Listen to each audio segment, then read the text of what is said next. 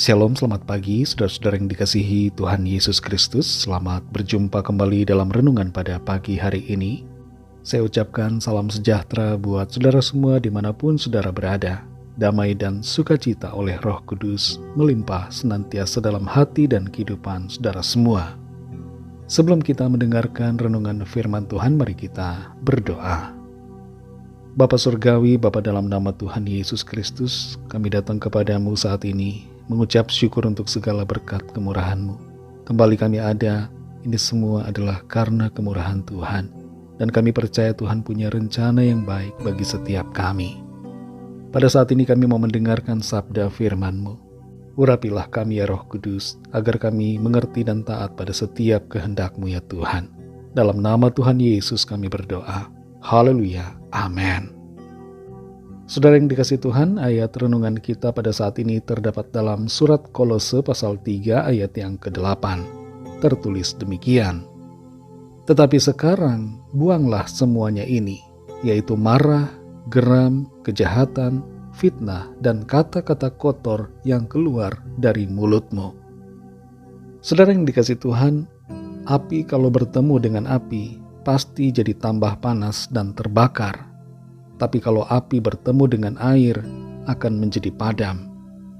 Orang kalau lagi marah, lalu dibalas dengan marah, akan menjadi tambah marah, dan tidak menyelesaikan masalah.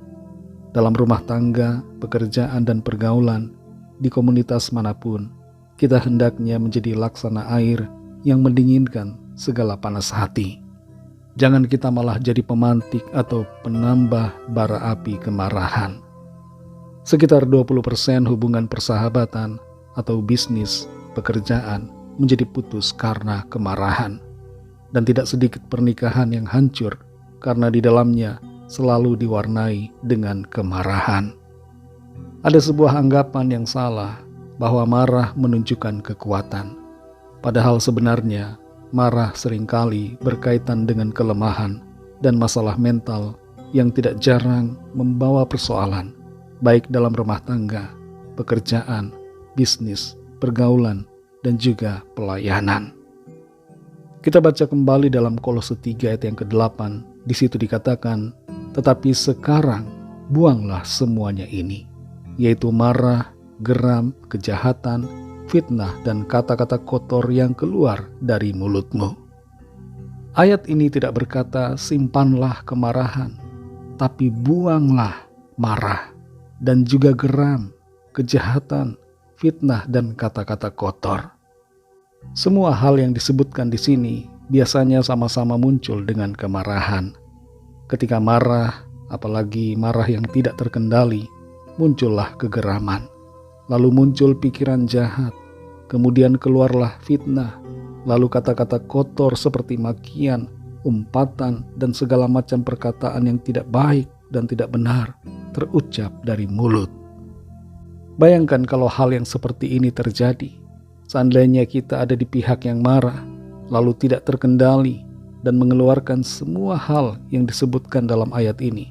Kita bukan saja menyakiti hati orang lain, tapi menghancurkan reputasi diri kita sendiri. Kemarahan kita juga tidak memuliakan Tuhan dan tidak mengerjakan kebenaran di hadapan Tuhan. Tentu saudara, bukan berarti bahwa kita tidak boleh marah sama sekali. Marah boleh saja, tapi kita perlu menjaga agar marah kita adalah marah yang kudus, yaitu kemarahan yang ada dalam koridor kebenaran. Seperti Tuhan Yesus yang marah terhadap orang-orang yang berjual beli di dalam bait suci Yerusalem. Kemarahan Tuhan Yesus bukan bertujuan untuk menghancurkan, tapi kemarahannya bertujuan untuk membawa kepada pertobatan, supaya setiap orang hidup dalam kebenaran. Marah yang disertai kasih berbeda dengan marah yang disertai kebencian. Marah yang disertai kasih akan membangun, tapi yang disertai kebencian akan menghancurkan. Dalam Efesus 4 ayat 26 dikatakan, apabila kamu menjadi marah, janganlah kamu berbuat dosa. Saudara yang dikasih Tuhan, dalam kehidupan keluarga, di lingkungan pekerjaan atau pelayanan, mari buang semua marah dan kegeraman, kejahatan, fitnah, serta kata-kata kotor. Jangan biarkan iblis mengambil keuntungan dari situasi dan membuat kita jatuh dalam dosa amarah.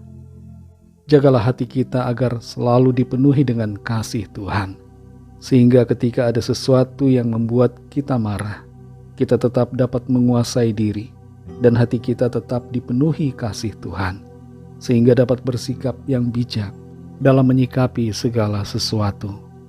Roh Kudus akan menolong kita untuk hidup dalam kasih, dalam sukacita dan damai sejahteranya. Mari kita berdoa. Terima kasih Tuhan, kami bersyukur kepadamu untuk firman-Mu yang sudah kami dengar pada saat ini, yang mengajarkan kepada kami untuk membuang segala marah, kegeraman, kejahatan, fitnah, dan kata-kata kotor dari mulut kami. Ampunilah kami yang masih seringkali jatuh dalam dosa-dosa ini. Saat ini kami akui kelemahan kami, dan kami minta kekuatan-Mu Tuhan. Mohon kuasa-Mu untuk mengubahkan kami, sehingga kami menjadi pribadi yang penuh dengan kasih, dan tidak dikuasai dengan amarah yang membawa kami ke dalam dosa. Terima kasih Tuhan. Tuntun kami dan penuhi kami ya Roh Kudus, supaya kami selalu berjalan dalam kebenaran-Mu ya Tuhan. Di sepanjang hari ini kembali kami mohon pimpinan-Mu dalam segala aktivitas kami. Penuhi kami dengan hikmat dan kuasa-Mu ya Tuhan, sehingga kami dapat selalu berkemenangan dalam segala keadaan. Jadikan kami berhasil, dan biarlah hidup kami menjadi berkat dan kesaksian bagi banyak orang. Kami bawa kepadamu ya Tuhan setiap pergumulan kami masing-masing dalam segala apa yang kami alami.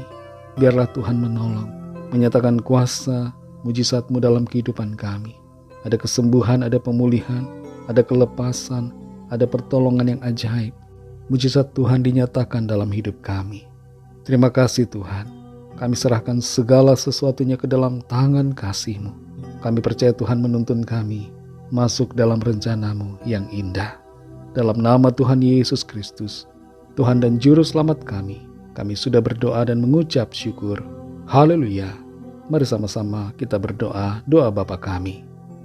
Bapa kami yang di sorga, dikuduskanlah nama-Mu. Datanglah kerajaan-Mu, jadilah kehendak-Mu di bumi seperti di sorga.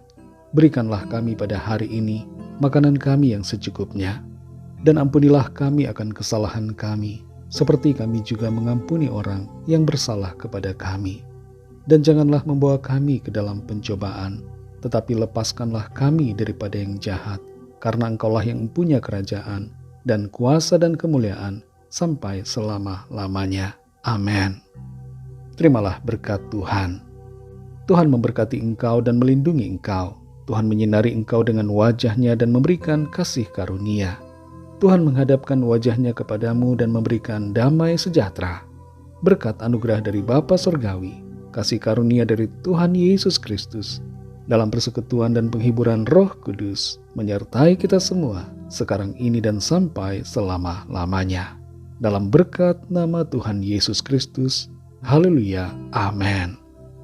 Puji Tuhan, saudara yang dikasihi Tuhan, saya percaya firman Tuhan menjadi berkat dan kekuatan buat saudara semua, dan Roh Kudus akan menolong saudara untuk lebih lagi memahami kebenaran firman Tuhan. Tuhan Yesus memberkati saudara semua. Sampai jumpa dalam renungan yang berikutnya. Haleluya.